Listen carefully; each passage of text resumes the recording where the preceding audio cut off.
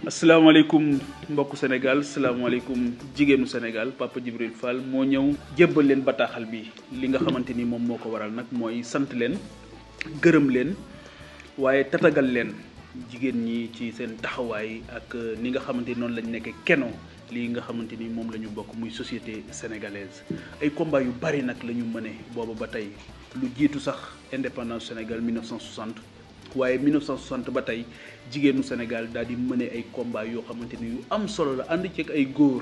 yoo xamante ni tamit comprendre nañ enjeu yi bu baax a baax xeex boobu nag moo waral tey fépp foo xamante nit war na faa mën a taxaw ci Sénégal ngir yëkkati li nga xamante ni moom mooy dignité humaine waaye ngir sàmm li nga xamante ni moom mooy àq ak yelleef jigéenu Sénégal taxaw na fa taxawaay boo xamante ni bu mat sëkk la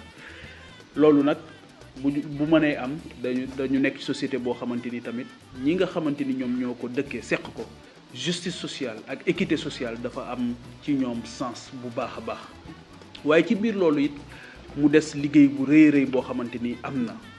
ndax boobu ba tey tamit gis nañ ni jigéenu Sénégal di sonne ci taax yi sonn ci barabu liggéeyukaay yi waaye sonn ci njaboot gi bu baax a baax waaye sonn tamit ci kaw gi boobu ba tey jigéen ci Sénégal moo ngi ñàkk bakkanam ngir joxe bakkan ngir am doom boobu ba tey jigéenu Sénégal moo ngi nekk ci situation yu difficile war a am ndox war a dem ci teen ya soo fa jógee dox ay kilomètres boo waree dem ca marché ba dox ay kilomètres loolu yëpp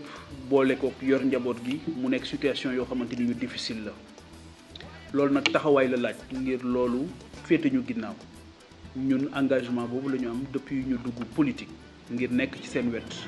lu ko jiitu sax waaye dañ ko réaffirmer bi ñu duggee ci politique ngir nekk ci seen wet ànd ak ñoom loolu mu nekk une cause juste une cause noble nekk loo xamante ni farata la ci képp koo xamante ni sunu borom def na ci yow xel mu sell nga war a taxaw ci seen wet ba loolu soppeeku loolu nag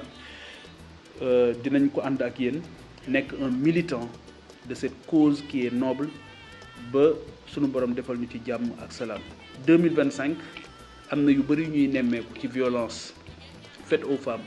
muy jigéen yoo xamante ni dina ñàkk seen bakkan ci ay conditions yu difficile muy ñoo xamante ni ba tey bu ñu demee ci yoon jafe-jafe lañ ci am pour jot ci yoon bu ñu jotee ci yoon tamit nañu bëggee jot si li nga xamante ni mooy seen àq day jafe loolu yëpp tamit dafa nekk ay combat yu mag yoo xamante ni ñun dinañ ko ànd ak ñoom taxaw ci seen wet gunge leen ci ba liñ ci bëgg a am ñu am ko. weer wi nag daf ñuy fàttali loo xamante ni mosuñu ko fàtte